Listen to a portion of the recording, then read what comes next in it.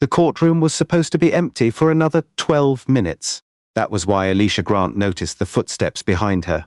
She had been standing beside the counsel table, reading a one-page briefing the courtroom clerk had handed her, when the side door opened and a courthouse sergeant walked in with one hand resting near his belt. He stopped as soon as he saw her. Alicia looked up. The sergeant looked at the empty gallery, then at Alicia, then at the folder in front of her. "Ma'am, you need to come back across the rail. The clerk asked me to wait here." "I didn't ask who told you to wait." Alicia closed the folder. The sergeant took 2 steps closer. "Public seating is on the other side." The courtroom clerk cleared me. His eyes moved over her dark suit, the leather portfolio on the table, and the plain visitor badge clipped near her waist. Then he smiled without warmth. "Yeah, I heard you." That should have been a 30-second misunderstanding. Instead, Sergeant Cole Harlan reached for the portfolio. Alicia placed her hand over it first. "Don't." His smile disappeared. The clerk looked up from her desk. "Sergeant, she's authorized." Harlan never looked away from Alicia.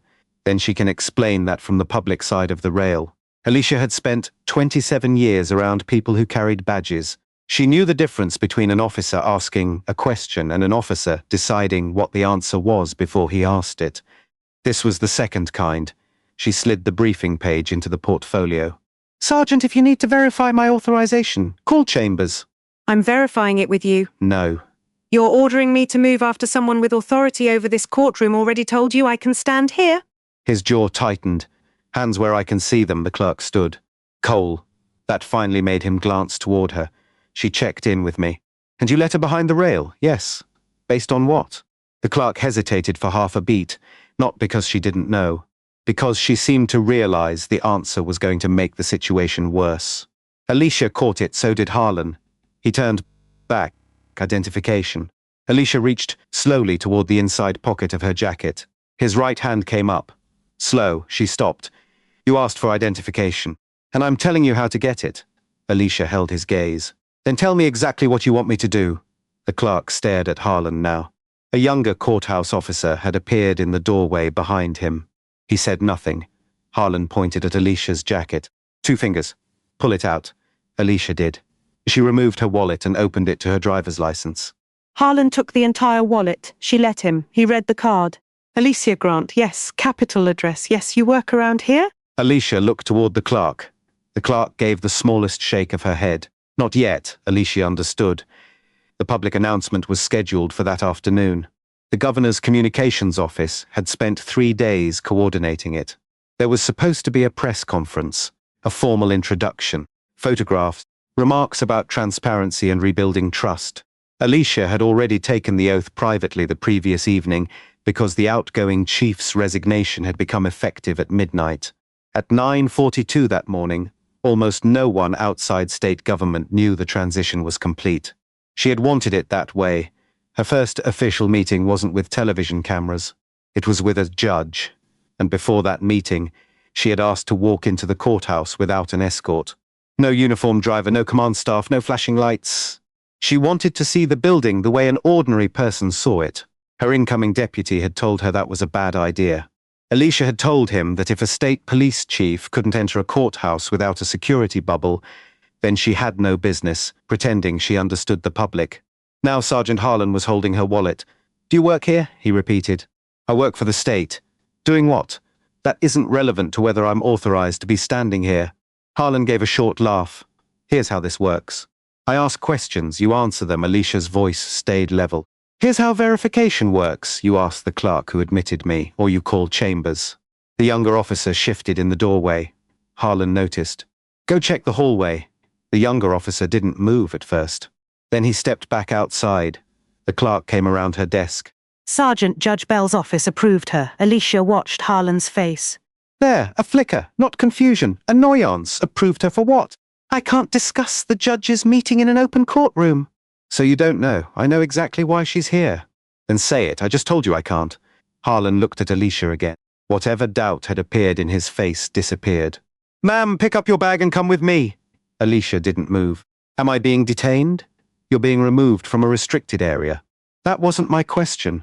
Harlan stepped closer. "Don't turn this into something it doesn't need to be."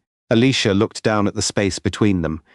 He was close enough that his equipment belt nearly touched the edge of the table. She raised her eyes again. Then verify my authorization. Harlan reached for her arm. Alicia moved it back, not fast, not aggressively, just enough to prevent him from grabbing her. His expression changed at once. Don't pull away from me. You haven't told me I'm under arrest. I told you to come with me. And I asked whether I was detained. You are now. For what? Trespassing in a secured area. The clerk stared at him. She cannot trespass in a place she was invited to stand. Harlan pointed toward the clerk without looking at her. Stay out of this. This is my courtroom. No, it's the county's courtroom and I'm responsible for security. That sentence changed the room. Not because it was loud. Because Harlan said it like he had said it before. The clerk stopped trying to argue. Instead, she walked back toward her desk. Harlan took that as surrender. Alicia didn't. She watched the clerk reach beneath a stack of files and press something. A call button, good. Harlan grabbed Alicia's wrist. She did not pull away this time, Sergeant Harlan. He looked at her. It was the first time she had used his name. His nameplate had been visible since he entered. You're on notice that the clerk has verified my authorization. You're also on notice that I have asked you to contact Chambers. His grip tightened. You planning to sue me already? I'm making sure there's no confusion later about what you were told. For the first time, the younger officer in the hallway looked directly at Harlan. Harlan saw that too. He released Alicia's wrist. For 1 second, she thought he might stop. He looked toward the clerk, then toward the security camera mounted above the rear doors. Then back at Alicia. He had an exit. Everyone in the room knew it. He could call Chambers. He could ask the clerk to produce the visitor authorization. He could lot steps outside and contact his lieutenant. He could even tell Alicia there had been a misunderstanding and ask her to wait in the gallery until Judge Bell arrived. Instead, Harlan pointed toward the rail. Last chance. Alicia's eyebrows lifted. To do what? Walk out on your own? I was told to wait here. Last chance, Miss Grant. Alicia glanced at the clerk, then at the security camera, then back at him. No, Harlan reached for her. This time he used both hands. He turned Alicia toward the wooden rail and pushed her right forearm down against it. Her chair scraped across the floor. The clerk shouted his name. Alicia felt the edge of the rail press into her hip. She did not fight him. She planted her feet to keep her balance. Put your hands behind your back. You already have one of them.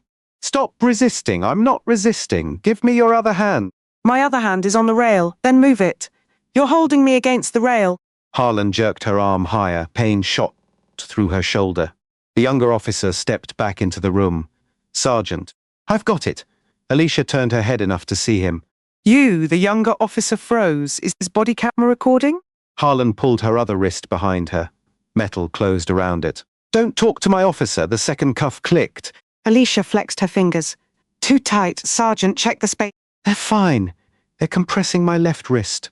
You should have thought about that before you resisted. Alicia looked toward the younger officer again. Did you see me resist? Harlan pulled her upright. I said stop talking to him. The younger officer's eyes dropped. That answer mattered more than words. Harlan guided Alicia toward the gate in the rail. As they passed the clerk's desk, the clerk stepped into his path. You need to uncuff her. Move. Judge Bell approved her presence. Then Judge Bell can explain it to my lieutenant. She is Judge Bell's, Alicia interrupted. Don't. The clerk stared at her. Harlan did too. There was the mistake Alicia would question later. She had a way to end at least part of this. She knew it. The clerk knew it. Alicia could say 3 words about her new position and force Harlan to reconsider. Maybe, or maybe he would accuse her of lying. Maybe he would verify it. Maybe the cuffs would come off. But Alicia had spent too many years watching people survive bad police encounters only to be asked afterward why they hadn't behaved perfectly. Why didn't you explain better? Why didn't you show the right card faster? Why didn't you stay quieter? Why didn't you sound more respectful? Why didn't you prove you were important? Harlan already had the information he needed. The clerk had verified her. Chambers was 30 seconds away by phone. Alicia had provided identification. He had chosen force anyway. She wanted to know what he would do when he thought the woman in front of him had no title worth fearing. That was the flaw in Alicia's decision. She believed there was still a safe boundary between learning what Harlan would do and allowing him to do real damage. She was wrong. Harlan walked her into the corridor. The younger officer followed. 2 attorneys waiting near an elevator turned toward them. A man holding a phone lowered it when Harlan looked at him. then raised it again after Harlan passed. Recording inside the courthouse is restricted, Harlan called. The man said I'm in a public hallway, put it away. The phone stayed up, Alicia noticed, so did Harlan. He walked faster. At the security station he stopped beside a desk and reached for a clipboard. The younger officer stood across from him. What are we booking her on? Harlan looked at Alicia. Trespassing, obstruction. The younger officer frowned. She was already past screening. Obviously, so how did she get back there? She walked. The clerk said she was cleared. Harlan put the clipboard down. Do you want to explain courthouse security to me? No, Sergeant, then don't.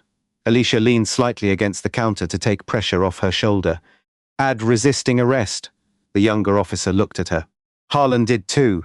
Alicia nodded toward the paperwork. You said I resisted. Put it in writing. Harlan stared at her for 2 seconds. Then he picked up his pen. Gladly. Alicia almost smiled. That unsettled him more than anger would have. He turned away and began filling in the form. The younger officer stepped closer to Alicia. His voice dropped. Are the cuffs hurting you? Yes. He looked toward Harlan. Sergeant, I'm going to check the cuffs. They're fine. She says they're tight. She also says she belongs behind the counsel table. The younger officer didn't answer. Alicia watched him. Officer, he looked at her. You asked the right question. What question? How I got through screening. Harlan's pen stopped. The younger officer's face changed. Alicia continued. I went through the staff entrance because the Judicial Administrator's office put my name on the morning access list. Harlan turned. Now there's a staff list? There was always a staff list. You didn't mention that. You never asked how I entered. I asked if you worked here. No. You asked if I worked around here. Harlan stepped closer. You think this is funny? No, because from where I'm standing, you've been playing games since I walked in. Alicia's voice dropped. From where I'm standing, you decided what I was before you asked your first question. Nobody spoke. The clerk appeared at the far end of the corridor. She was walking fast. Harlan pointed at her. Stay there. She ignored him. I called Chambers. Good. Judge Bell is coming down. Even better. And the authorization is on her desk. Harlan's eyes narrowed. What authorization? The clerk looked at Alicia. Alicia gave no signal this time. The clerk turned back to Harlan. The one you could have checked 10 minutes ago. The man with the phone was still recording from farther down the hall. A second person had joined him. Harlan noticed the phones. His face hardened. Move her to interview 2. The younger officer hesitated. Shouldn't we wait for the judge? Harlan looked at him. Interview 2. Alicia was led through a security door. Inside the courthouse changed. No marble, no high ceilings. No flags or polished benches. Just beige walls, fluorescent lights, and a narrow room with a table bolted to the floor. The younger officer removed one cuff from Alicia's wrist and secured it to a metal ring attached to the table. She looked at him. That's not necessary, Sergeant's order. Are you comfortable with it? He stopped. Alicia waited. He checked the hallway, then loosened the remaining cuff by 1 notch. No, he said. It was the first honest answer anyone in Harlan's chain of command had given her. Thank you. He stepped back. Harlan entered carrying Alicia's wallet and portfolio. The portfolio had been opened. Alicia's eyes went to it. You searched that? Inventory. You removed it from the courtroom after I was detained. I secured property you left behind. You opened a closed legal portfolio. Harlan put it on the table. You got something in there I should know about? Alicia looked at him for a long moment. Yes. He waited. She said nothing else. Harlan gave a tired smile. Okay, we're done playing this game. He pulled out a chair. Full name, you have my license. Full name for the record. Alicia Renee Grant, employer of the state, agents. Alicia looked down at the open portfolio. A dark blue credential case sat underneath the edge of a document. Harlan had been less than an inch from it. He either had not noticed it or had seen it and assumed it meant nothing. Why did you stop searching? His forehead creased. I'm asking the questions. You opened the portfolio. So, and then you stopped. So, what did you see? Harlan leaned back. Lady, I see somebody who doesn't understand that a courthouse has rules. Alicia looked at the camera in the corner of the interview room. Harlan followed her eyes. That thing doesn't record audio. The statement came too quickly. Alicia looked back at him. I didn't ask. Something moved behind his eyes. He stood. I'm filing the charges. The younger officer was waiting in the corridor when Harlan came out. Harlan pulled the door almost closed behind him. Almost. Alicia could hear them. The younger officer spoke first. Judge is downstairs. Let her wait. She's asking why Grant is cuffed. Because Grant refused a lawful order. The clerk says Grant was authorized. The clerk doesn't run security. What if the authorization checks out? Harlan didn't answer at once. Alicia leaned closer to the door.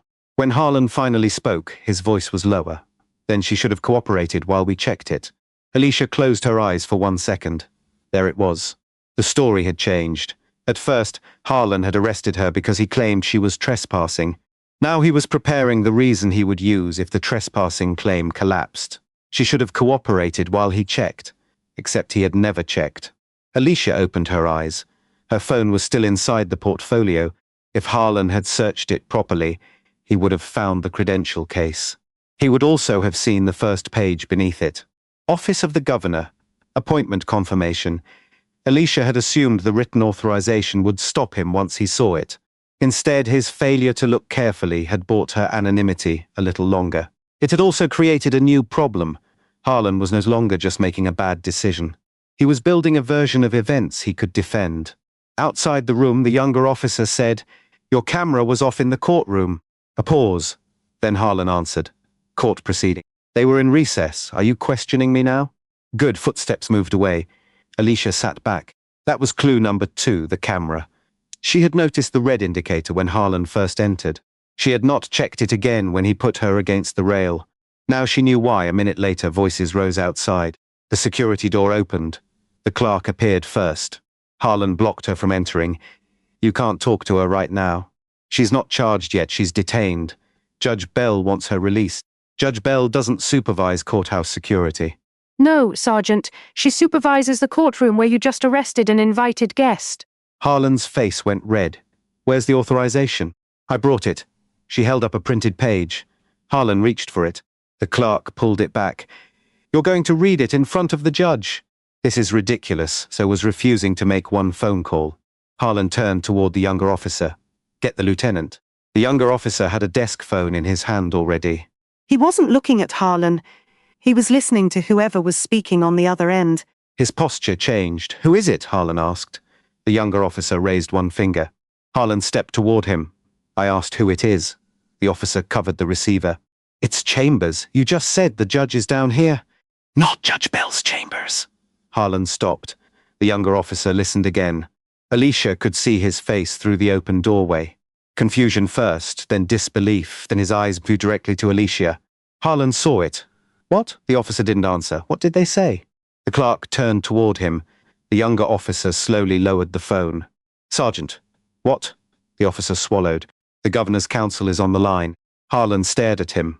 The officer looked at Alicia again. "They're asking why their 10 o'clock guest is in courthouse detention." Sergeant Cole Harlan looked from the younger officer to Alicia.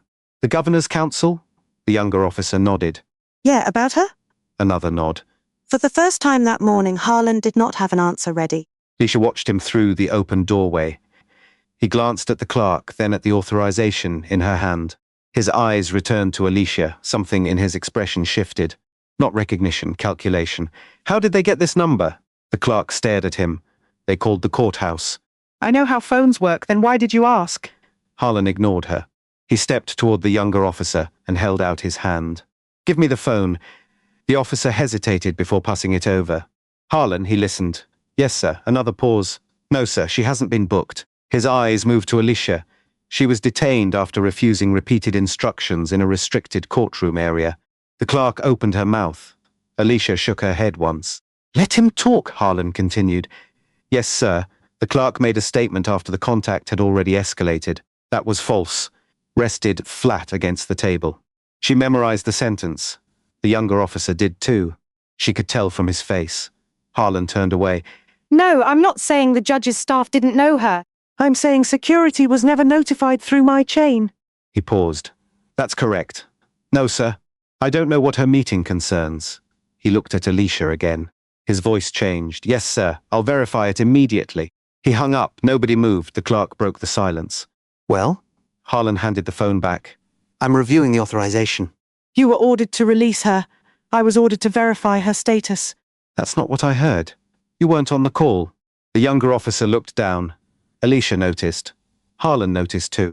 "Bring me the paper." The clerk held it against her chest. "You can read it here." Harlan's nostrils flared. "Fine." She unfolded the page and set it on the counter. Harlan read. The first line was enough to tell him this was no routine visitor approval. Alicia could see his eyes slow down. The document came from the judicial administrator.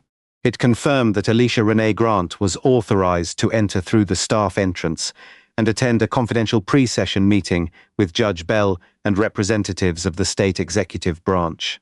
It did not identify her job title. That had been deliberate. The governor's office wanted the appointment held until the afternoon announcement. Harlan reached the bottom, his shoulders relaxed. Alicia recognized the reaction. He had been worried the document might prove she was someone he should fear. Instead, it proved only that she had permission to be there. In his mind, that was survivable. He tapped the page. This doesn't change the arrest. The clerk laughed once. It wasn't humor. You arrested her for trespassing. I detained her for refusing to leave when directed. You said trespassing and obstruction after she was already in cuffs. Harlan turned toward Alicia. Did you refuse my lawful order to leave the restricted area? Alicia looked at the younger officer. Are you taking notes? Harlan stepped between them. I asked you a question, and I asked whether there's a record. You don't get to run this interview. Then I'm not answering questions until I know how this is being documented. Harlan stared at her. Alicia stared back. He picked up the clipboard. Fine, he wrote. The clerk leaned slightly to the side. What are you writing? Stay out of it. Because if you're writing that I verified her after the arrest, you're lying. Harlan's pen stopped. The younger officer looked up.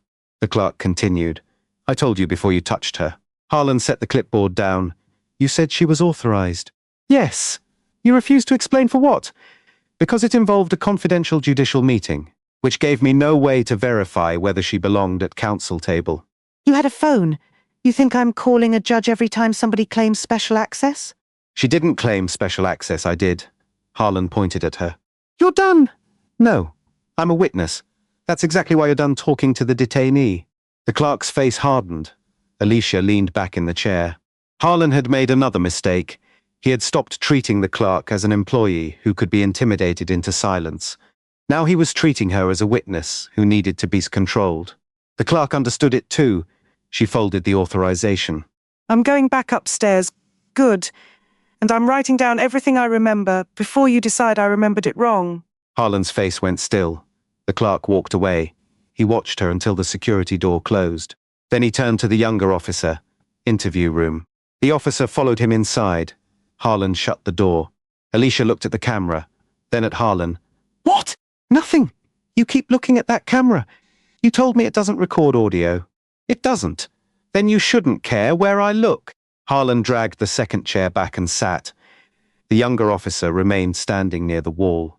Harlan opened his notebook. Let's start over. No. His eyes lifted. No. You've already started a written report. You've already accused me of 3 offences. The clerk disputes your timeline, and the governor's counsel has contacted the courthouse. I'm not giving you an informal interview? Harlan smiled. You a lawyer? No, then stop acting like one. Alicia glanced toward the younger officer. Harlan followed her eyes. What is it with you and him? He was present, so was I. That's the problem. The younger officer coughed into his fist, covering what might have been a reaction. Harlan pushed back from the table. You know what? Fine. He stood. You want this formal? We'll make it formal. Alicia watched him reach for the portfolio. He removed her phone. Is this locked? Yes, unlock it. No. Harlan looked almost pleased. Now we've got another refusal. You have no basis to search my phone. I need to establish why you were inside a restricted judicial area. You already have written authorization establishing that. I need to know who you were communicating with. No. Harlan held the phone up. Maybe you coordinated unauthorized access. The younger officer spoke. Sergeant Harlan didn't turn. What? I don't think we have consent for the phone. I'm asking, she said no. Harlan finally looked at him. I know what she said. The younger officer's voice stayed low. Then we need something else before we search it. Alicia watched Harlan. This mattered. Not because the younger officer had stopped him. Because he had contradicted him. Harlan lowered the phone. Go pull the entrance footage. The officer didn't move. Which footage? Staff entrance. For what? To see how she got in. She told us video. The younger officer nodded. As he reached the door, Alicia spoke. Officer. He turned. Preserve the original. Harlan laughed. Preserve it from what? Alicia looked at him. That depends on what happens next. The younger officer left. Harlan stood across from Alicia holding her phone. You enjoy this? Being handcuffed to a table? Acting like everybody else in the room is stupid. I haven't called anybody stupid, you don't have to. He leaned over the table. You've been doing this since I walked into that courtroom. The little questions, the pauses, making sure everybody hears you. Alicia studied him. You think calm is disrespect. I think you knew exactly what you were doing. What was I doing? Testing me. Alicia said nothing. Harlan saw the answer in her face. His mouth tightened. You came in there expecting a problem. No, but once there was one, you decided to make a point. Alicia could not deny that. She had chosen not to reveal who she was. She had chosen to let the encounter continue after the clerk offered a way out. Harlan was responsible for his actions, but Alicia was responsible for hers. The distinction mattered. I gave you opportunities to verify the facts. You could have ended this in 10 seconds. So could you? You could have told me who you are. You could have called Chambers. Harlan stared at her. Then he said something quieter. That right there. What? You think who you are changes whether you follow orders? No, that's exactly what you think. Alicia leaned forward as far as the cuff allowed. No, Sergeant. I think who I am shouldn't have mattered at all. That stopped him. Only for a second, then his expression closed again. You don't get to stand wherever you want, because somebody upstairs knows your name. I was invited there. You didn't prove that when I asked. The clerk did. She made a claim. She works in that courtroom. And I work security. You never verified which one of you had the correct information. Harlan straightened. I made the call I had to make. No, you made the call you wanted to make. His eyes hardened. Alicia saw she had pushed too far, not because the statement was wrong, because now he needed to defeat her instead of resolve the situation. He picked up his notebook. Tell me why you refused to leave. I'm not answering further questions, he wrote anyway. What are you writing? Refused interview. Write that I requested documentation before questioning. Harlan kept writing. Write that the courtroom clerk confirmed my authorization before physical contact. His pen moved. Write that I requested Chambers verification before physical contact. Still writing. Write that I complained the cuffs were too tight. His pen stopped. Alicia waited. Harlan looked up. They weren't too tight. The other officer loosened them. Silence. He did what? Alicia said nothing. The door opened. The younger officer came back carrying a tablet. Harlan stood. You adjusted her cuffs? The officer stopped. She said they hurt. Did I tell you to? No, then why did you? Because I checked them. Harlan took one step toward him. And they were tight. For the first time, Alicia saw Harlan lose control of his expression. Not much, just enough. The younger officer had become dangerous. Not because he was openly accusing Harlan, because he was creating independent facts. Facts Harlan did not control. Harlan took the tablet. Footage pulled the staff entrance clip. Show me. The younger officer unlocked the screen. Alicia couldn't see the video from the table. She watched their faces instead. The officer spoke. 8:53. She walks in through the employee door. Harlan stared at the screen. Who buzzed her? Desk officer. Why, her name was on the digital access list. Harlan looked up. Alicia said nothing. The officer continued. Badge printed automatically. That badge, said visitor, special access, prints the same temporary badge.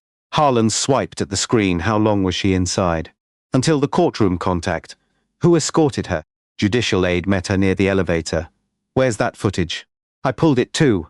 Harlan's jaw shifted. Why? The officer looked at him. Because you asked how she got there. Alicia almost admired the answer.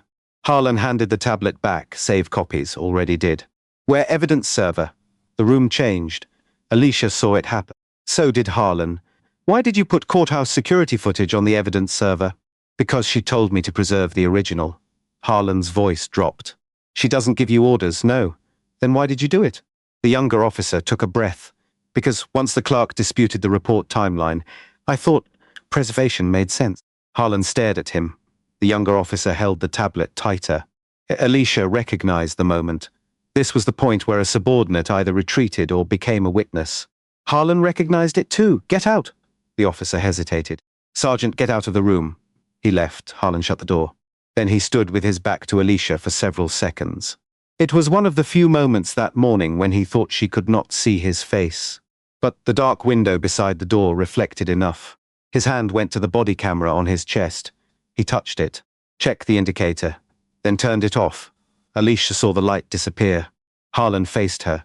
You want to know why people get tired of dealing with this? Alicia looked at the dead camera. With what? People who walk into a building, know somebody important, get challenged once, and suddenly every policy is oppression. Alicia said nothing. I've been in this courthouse 14 years. He pointed toward the ceiling. I've stopped armed defendants. I've found knives under benches. I've had people threaten judges, threaten clerks, threaten me. His voice remained controlled. That rail exists for a reason. I never said it didn't. You refused to leave, because I was authorized to be there. I didn't know that, you were told. I didn't believe it. There it was, Alicia's eyes narrowed. Harlan realized what he had said. He corrected himself. I didn't have independent verification. You didn't seek independent verification. You expect me to pause every security contact while somebody makes a phone call? When the person responsible for the courtroom tells you your assumption is wrong? Yes. Harlan shook his head. You've got no idea what this job is. Alicia almost answered. Instead, she stopped. There were things she could say. She could tell him about 27 years in state policing. She could tell him about nights spent notifying parents after crashes. About riots, about officers she had disciplined, about officers she had defended, about a trooper who died beside her on an interstate shoulder 16 years earlier. But none of that should have been required to earn basic verification. So she said only, "Turn your camera back on." Harlan's face changed. "You don't give me orders. Then consider it a request you'll have to explain later." He stepped closer. Explain to who? Alicia looked at the camera. Then at his bodycam, then back at him, whoever asks. He turned the camera on. The red indicator returned. Alicia said nothing else. 2 minutes later, Harlan left the room. Outside, he took his phone from his pocket. The younger officer had gone down the hall. Nobody saw Harlan open the courthouse incident report system from his device. Nobody saw him stare at the blank narrative field for almost 30 seconds.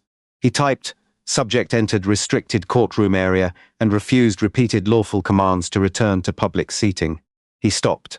Deleted, entered, typed, "Subject was discovered inside restricted courtroom area without visible authorization." He stared at that sentence, then continued. Subject became argumentative when asked to identify purpose for presence. Deleted, argumentative, typed, "Subject repeatedly challenged security directives and physically pulled away during removal." Harlan read it twice. His thumb hovered over the screen. He added, "Courtroom staff attempted to intervene after detention began, but could not initially produce documentation establishing subject's authorization." That was the lie, not a dramatic lie, not a fabricated weapon. Not a fake confession. Just a rearranged timeline. A few minutes, a few words. Enough to turn a verified guest into a suspicious stranger, and a clerk's warning into an excuse created after the fact. Harlan saved the draft. Then he looked through the narrow window in the interview room door. Alicia sat alone. He almost deleted it, almost, then his phone buzzed. A message from a courthouse administrator. Press inquiry incident video already circulating.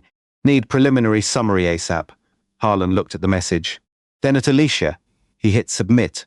Inside the room, Alicia had no idea a report had just become permanent. Her first indication that the situation was moving beyond the courthouse came from the clerk. She entered 10 minutes later with Judge Bell. Harlan followed them. The judge was in her 60s, silver hair cut short, black robe still open over a blue blouse. She looked at the cuff attaching Alicia to the table. Then at Harloff. Harlan began, "Judge, take it off. This is an active security detention." Judge Bell looked at him. "You arrested a person I personally authorized to meet with me in my courtroom. She refused a lawful directive after my clerk told you she belonged there." "I wasn't given adequate verification at the time." The clerk stepped forward. "That's not true." Judge Bell raised one hand. "Not to silence the clerk, to stop the room from exploding." She looked at Alicia. "Ms. Grant, are you injured?" "My wrist is sore. My shoulder took some pressure against the rail." "Nothing I believe requires emergency treatment." Judge Bell looked at Harlan again. "Release her." Harlan's jaw flexed. "Judge, I need my lieutenant to approve." "No, you don't. Courthouse security isn't under judicial command." Correct. Which is why I'm not ordering you as your supervisor. I'm informing you that your stated basis for keeping her detained no longer exists. Harlan glanced toward the younger officer. The younger officer looked away. Judge Bell continued. If you believe she committed another offense, state it now. Harlan looked at Alicia. Obstruction, specific conduct. She refused repeated instructions. "That's not obstruction by magic, Sergeant." "What did she physically do?" She pulled away. Alicia spoke. "When you grabbed me without saying I was under arrest." Harlan turned. You were told to come with me. That isn't the same statement. Judge Bell looked at the younger officer. You witnessed this? Yes, ma'am. Did she strike anyone? No. Threaten anyone? No. Attempt to flee? No. Did she pull away? The officer glanced at Harlan, then at Alicia, once when Sergeant Harlan first reached for her arm. Before or after he said she was detained? The officer took a few seconds. Before Harlan's face hardened, Judge Bell extended her hand. Harlan didn't move, the younger officer did. He stepped forward and uncuffed Alicia. The metal opened. Alicia rubbed her wrist once. Judge Bell saw the red line around it. So did the clerk. Harlan looked away. Alicia stood. The judge said, "My chambers now." Harlan stepped toward the doorway. Judge Bell stopped him. "Not you." His face went still. The judge looked at the younger officer. "You come." The officer nodded. Harlan stared at him. Alicia picked up her portfolio. Her phone was still on the table. She slipped it inside. As she passed Harlan, he spoke quietly. "You could have prevented all of this." Alicia stopped. Judge Bell turned. Alicia looked directly at Harlan.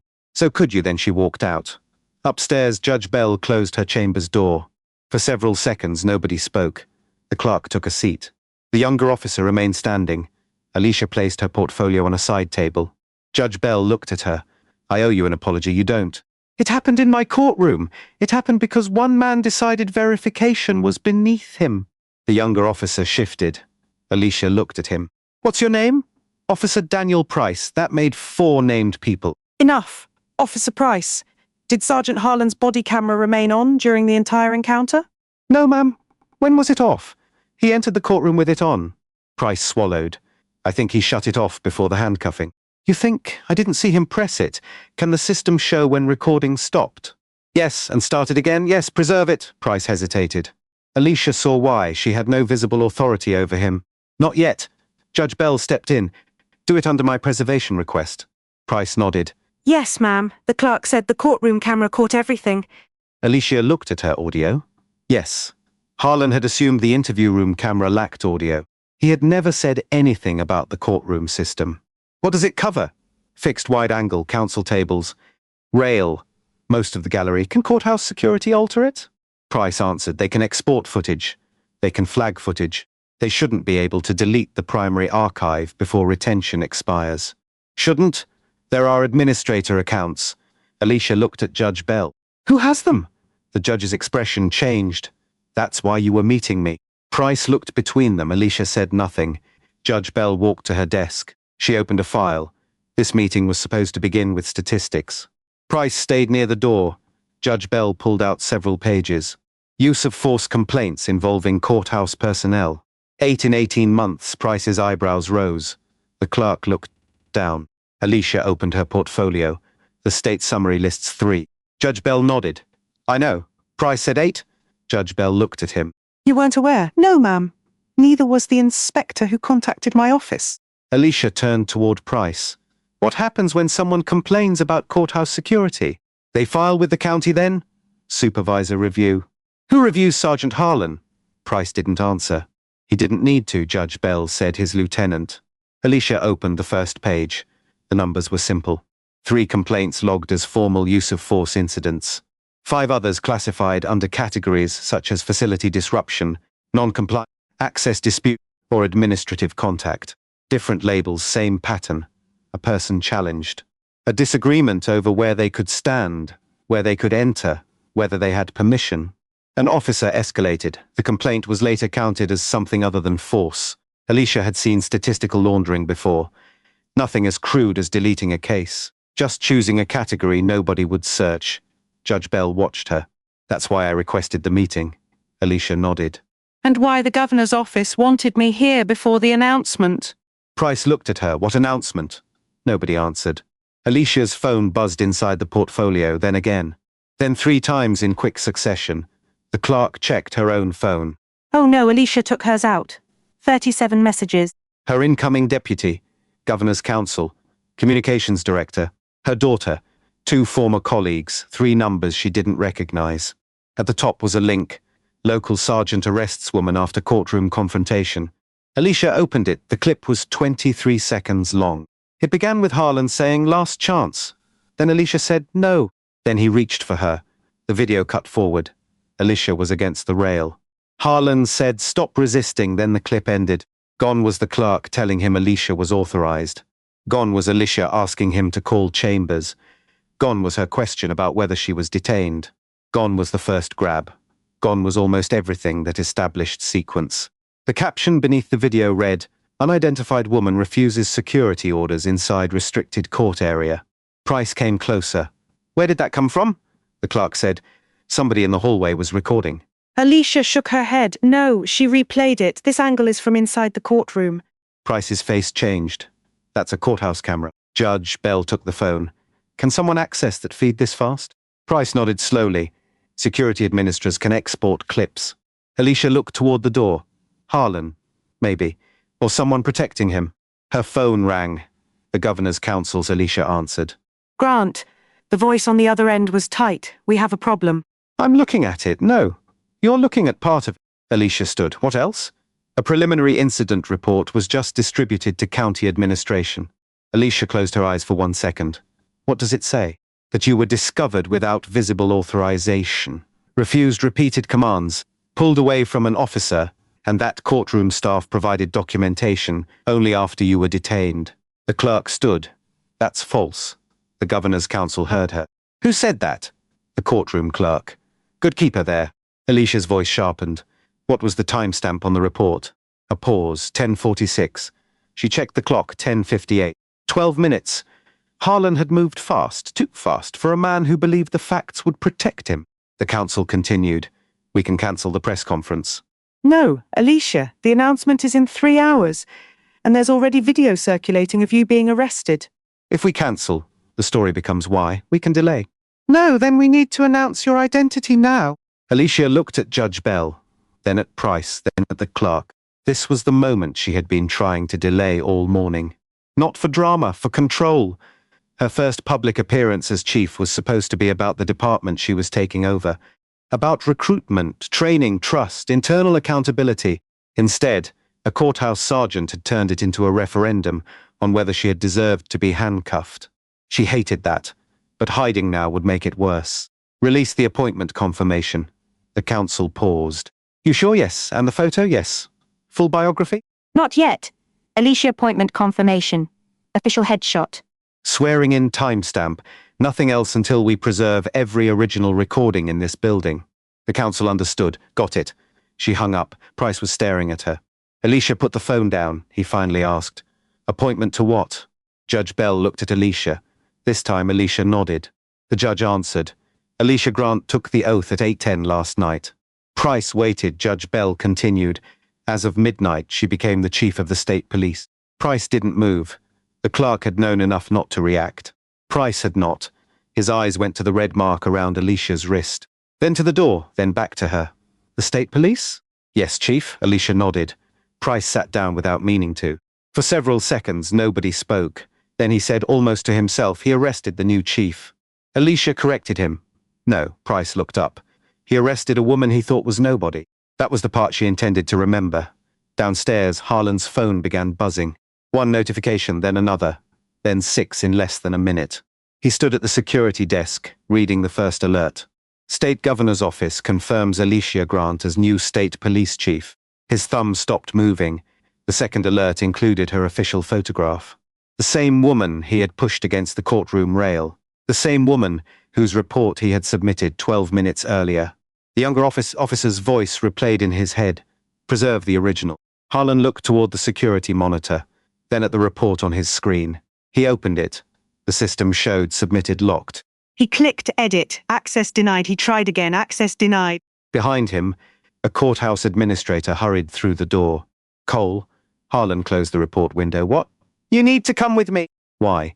The chief judge wants everyone connected to the incident separated until IT preserves the video. Harlan's stomach tightened. "Who ordered that?" Judge Bell requested it. "She doesn't run my unit." County council approved it. Harlan looked at the security monitors. "Where's Price?" "Upstairs." "With her?" "Yes." That landed harder than the announcement. Price knew about the bodycam. Price knew about the cuffs. Price knew the clerk had verified Alicia before the arrest. Price had preserved the staff entrance footage. Harlan reached for his phone. The administrator held out a hand. "Leave it." Harlan stared at him. "What?"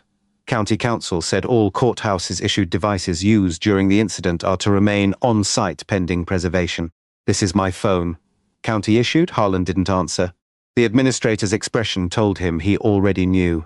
Harlan placed it on the desk. Then he looked toward the hallway camera. For years those cameras had made him feel protected. Now every lens looked like a witness. Upstairs, Alicia received another message. This one wasn't from the governor. It came from her incoming deputy.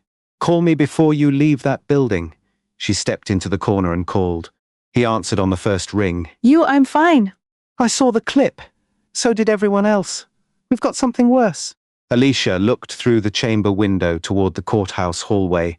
What? Your appointment announcement triggered an internal notification over here.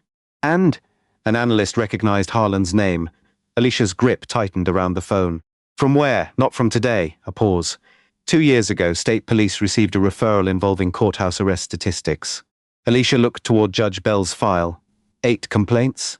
Not 8, her eyes narrowed. How many? We don't know yet. The referral was closed after the county certified the numbers. Alicia said nothing, her deputy continued. But one analyst kept a working copy because the classifications looked wrong. Alicia turned away from the others. Was Harlan named? Yes, as subject. No, that surprised her. Then what? Reviewer. Alicia went still. Her deputy's voice dropped. Harlan wasn't just one of the officers appearing in those incidents. Alicia looked at the courthouse statistics spread across Judge Bell's desk. He helped decide how the complaints were categorized. Exactly. The arrest had just changed shape. This was no longer a story about a courthouse sergeant discovering too late that he had handcuffed the new state police chief. Harlan had done something worse. He had put the one woman now responsible for reopening the state's abandoned review directly inside the same system he had helped keep clean on paper. And before anyone outside that room understood the connection, Alicia's phone lit up with another alert. The cropped courtroom video had passed 1 million views. Above it, a new caption was spreading faster than the governor's announcement. New state police chief refused court security orders before arrest, official report says. Harlan's version had reached the public first. By noon, Alicia Grant had become the most recognizable police chief in the state for the worst possible reason. The governor's announcement was everywhere. So was Harlan's report. One television station placed Alicia's official photograph beside the 23-second courthouse clip and asked whether the state's new top police official had refused lawful security commands on her first morning in office. Another outlet ran the headline, "New police chief arrested hours after taking command." That version was technically false. She had been detained, not booked. It didn't matter. The shorter headline traveled faster. Alicia stood inside Judge Bell's chambers watching the story mutate every few minutes. Then her incoming deputy called again. "Harlan has filed a supplemental statement." Alicia closed her eyes. "What now?" "He says you deliberately concealed your identity to provoke a confrontation." Judge Bell heard that from across the room. Her expression hardened. Alicia asked, "Anything else?" "He says after detention you attempted to influence Officer Price's handling of evidence." Alicia looked toward Daniel Price. Price went pale. "I preserved the video because I thought it needed preserving." Alicia raised one hand. Her deputy continued. "He's also claiming your status created pressure on courthouse personnel before his report could receive independent review." Alicia almost laughed, not because it was funny, because Harlan had found the one defense that might survive the first wave of evidence. He was no longer arguing that Alicia had no authorization. That fact was dead. He was arguing that he had made an ordinary security decision without knowing who she was, then watched powerful people close ranks around her afterward. To someone who saw only the cropped clip, it could sound plausible. Judge Bell said, "He's trying to turn her authority into his defense." Alicia nodded. "And if I personally order an investigation now, I help him." Her deputy heard her. "Exactly." Alicia walked toward the chamber window. Below, news vans were already pulling into the courthouse lot. Who has jurisdiction over the review? State professional standards can handle pieces of it. "I oversee professional standards now." That's the problem. Alicia understood before he finished. The title she had spent the morning hiding had become a conflict of interest. "Yes." "And the chief, yes." "So I can't direct my own department's investigation, not without giving Harlan the argument he wants." Alicia looked down at the red mark around her wrist. Her first instinct was to fight, take control, order preservation statewide. Pull every complaint. Put Harlan in an interview room. She had the authority, and using it would be a mistake. Then I recuse. Price looked surprised. Her deputy was quiet for a moment. You sure? No. It was the truth, but do it anyway. That was Alicia's temporary loss. She had entered the courthouse as the new chief responsible for fixing systems that protected themselves. By lunchtime, she had become the one person who could not lead the investigation that mattered most. The governor's office transferred the immediate review to an independent state inspector working with county counsel. Alicia hated every word of the announcement. She approved it anyway. An hour later, she finally left Judge Bell's chambers. Harlan was waiting in a conference room downstairs with a county attorney and a union representative. Alicia had been advised not to speak to him. She asked for 5 minutes. The independent inspector allowed it on one condition. The conversation would be recorded. Alicia agreed. When she entered, Harlan was sitting at the far end of the table. No handcuffs, no security desk, no courtroom rail. Just 2 people facing each other while 3 others watched. Harlan looked tired now, but not defeated. Alicia sat across from him. He spoke first. So this is where you tell me my career is over? No, that surprise you? No, you're the chief. I am. Could have mentioned that this morning. Alicia folded her hands on the table. You've said that a lot today, because it matters. Why? Harlan stared at her because I would have known why you were there. The clerk told you why I was there. She told me you were authorized. She wouldn't tell me for what. And your answer was force. My answer was security. You didn't call chambers. I had someone where she wasn't supposed to be. You had someone where you assumed she wasn't supposed to be. Harlan leaned back. You know what I think? Alicia waited. I think you wanted this. One of the attorneys shifted. Alicia stayed still. Harlan continued. You walked in without an escort. No command staff. No introduction. You had credentials you didn't show me. Then every time I asked you a question, you gave me half an answer. I gave you identification. You gave me a driver's license. You asked for identification. You knew what I meant. No, I knew what you asked. Harlan shook his head.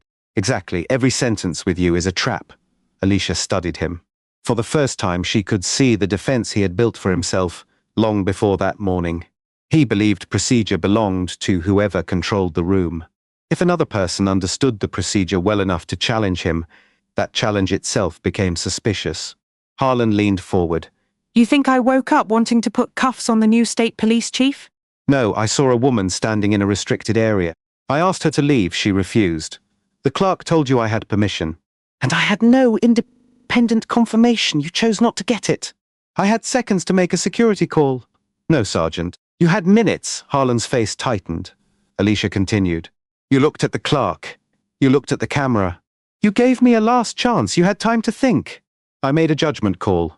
And when facts started proving it wrong, Harlan didn't answer. You changed the story. His chair creaked as he leaned back. That report was accurate when I wrote it. The clerk says otherwise. She's protecting her judge. Officer Price says otherwise. He's protecting his career. The entrance record says otherwise. That only proves you were allowed into the building. The judicial authorization? Produced after detention. Alicia looked at him. That's the sentence, isn't it? What sentence? The one you need? Harlan said nothing. Alicia reached for the folder the inspector had allowed her to bring. She did not open it. You keep returning to when documentation was produced. Because that's the truth. No, it's the structure. Harlan frowned. Alicia looked toward the inspector. This is where the second issue becomes relevant. Harlan's union representative started to speak. The inspector raised a hand. Alicia may continue. You can advise your client afterward. Harlan looked annoyed. Alicia opened the folder. Inside were copies of 6 older courthouse complaints. Not 8. 6. The only 6 investigators had been able to retrieve before the meeting. She slid the first across the table. Harlan looked down. A visitor had complained that courthouse officers used force after a dispute over access to a family court hallway. The initial complaint called it an excessive force allegation. The final statistical classification called it access control administrative contact. Second file, an attorney pushed against a wall after challenging an officer's demand to leave a hallway.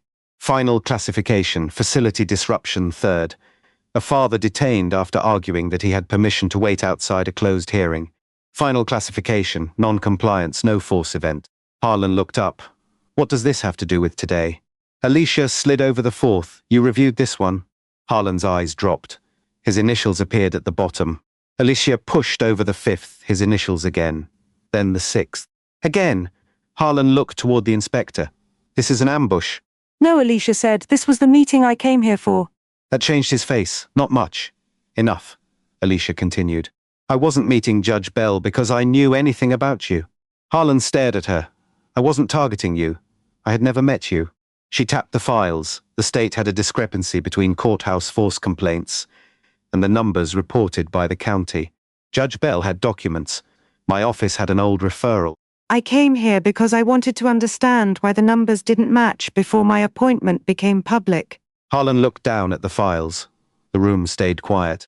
That's twist you're going with, he said. This isn't a press conference. You expect people to believe you randomly walked into the exact courthouse you planned to investigate and happened to get arrested? I expect investigators to follow timestamps. Alicia opened the final page. Your supplemental report says I used my position after the fact to turn a routine security encounter into a corruption case, Miss. Harlan said nothing. The problem is that the corruption question existed before you touched me. She slid the page across. It was Judge Bell's meeting request. Timestamped 3 days earlier. Subject, Courthouse Use of Force Classification Review. Harlan's eyes stopped moving. Alicia leaned back. You didn't arrest the chief because she came looking for you. She paused. You arrested the chief while she was walking into a meeting about a reporting system you helped administer. Nobody spoke. Harlan finally said, I didn't create those categories. I didn't say you did. I followed county policy. Then the investigation will show that. You're already calling it corruption. No, I'm calling it a discrepancy. And you think those words are different after every camera in the state puts my face on television? There it was. His strongest argument, not innocence. Fear. Harlan looked toward the inspector. You want to know why officers close ranks? This is why. One mistake and suddenly every report you've ever touched gets dragged into the light. Alicia answered before anyone else could. If the reports survive the light, you have nothing to fear from it. His jaw tightened, and if they don't, then the problem isn't the light. Harlan looked away. The confrontation ended without an arrest, without a confession, without applause. That mattered. Real accountability rarely arrived with dramatic timing. 2 days later, the independent inspector announced that the full courtroom recording had been secured. For several hours, Alicia thought that would settle everything. It didn't. Harlan's attorney challenged the export process. The courthouse system had generated multiple copies. One contained embedded audio. Another had been clipped for internal distribution. Metadata showed that an administrator account had accessed the recording shortly before the 23-second video appeared online. But the account was shared by several supervisors. There was no immediate proof Harlan had created the viral clip. The public argument continued. Some viewers saw the full video and changed their minds. Others said Alicia should still have identified herself sooner. Cable panels argued over whether she had tested the officer. Alicia was furious with how much attention the question received. Then she realized something uncomfortable. It was a fair question. She had tested him, not at the beginning, but once the clerk tried to reveal enough information to stop the encounter, Alicia had chosen silence. She had believed she could control the risk. She had been wrong.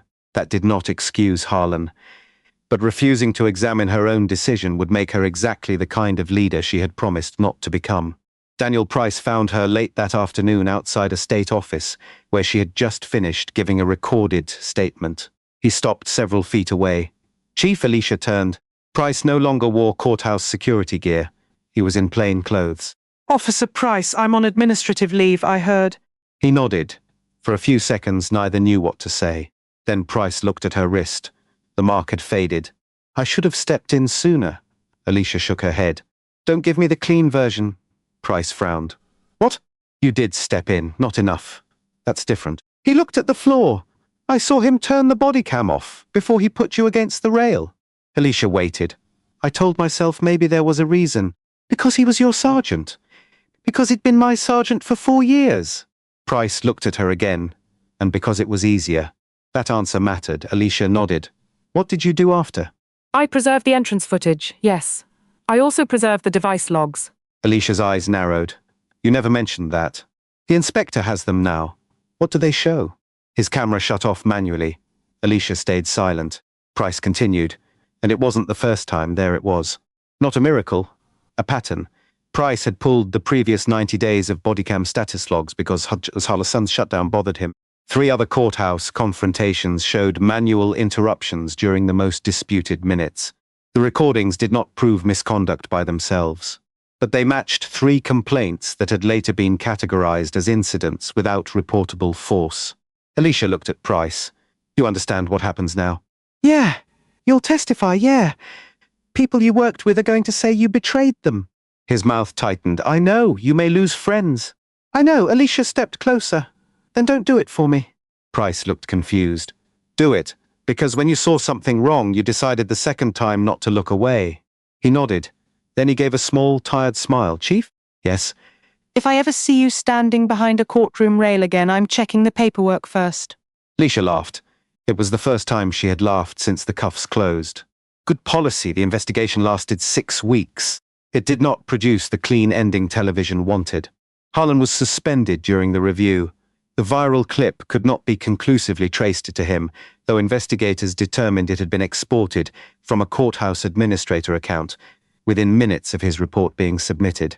His original incident narrative was found materially inconsistent with the clerk's statement, Price's statement, the courtroom recording, and the access records. The most damaging finding involved the older complaints. Investigators discovered that Harlan had participated in reviews where false allegations were repeatedly moved into administrative categories that kept them out of the county's public use of force totals. He argued that he had followed existing policy. In some cases, he had. That became a larger problem. The review expanded beyond one sergeant. Supervisory procedures changed. Past complaints were reopened. The county separated security review authority from the officers whose units were involved. Bodycam deactivation required documented justification. Courthouse video exports began generating individual user logs instead of shared administrator access. Harlan never returned to active duty. Months later, facing disciplinary charges for inaccurate put-in policy violations, he resigned before the final hearing. There was no dramatic scene where Alicia took his badge. She refused to attend. When someone asked why, she said the process was supposed to be bigger than her. Her first official speech as state police chief took place 3 days after the courthouse incident. The governor's staff offered to rewrite it around what had happened. Alicia refused. She walked to the podium with the faint bruise on her wrist still visible. Reporters expected revenge. She gave them something hard. A badge doesn't become dangerous only when the person wearing it hates someone, she said. Sometimes the danger starts when certainty replaces verification. Cameras clicked, she continued. I was asked many times this week why I didn't immediately announce my position. Alicia paused. I've asked myself the same thing. The room quieted. I could have handled part of that encounter differently. Leadership requires me to admit that.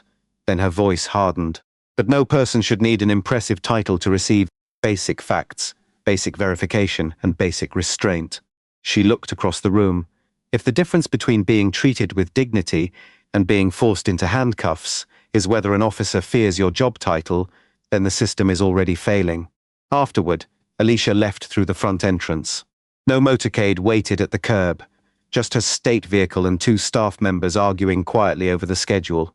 Daniel Price was across the plaza, leaving the courthouse after another interview. He saw her, she saw him. Neither waved. They only nodded. It was enough. Alicia opened the car door, then stopped. 6 weeks earlier, courthouse statistics had shown 3 use-of-force complaints. After the review, the corrected number was 11. 8 incidents had not disappeared. They had only been given names that made them easier not to see.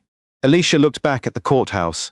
That was the part she would remember long after people forgot the viral clip. Sergeant Harlan's biggest mistake had not been failing to recognize the new state police chief. It had been believing that people mattered only after he learned who they were.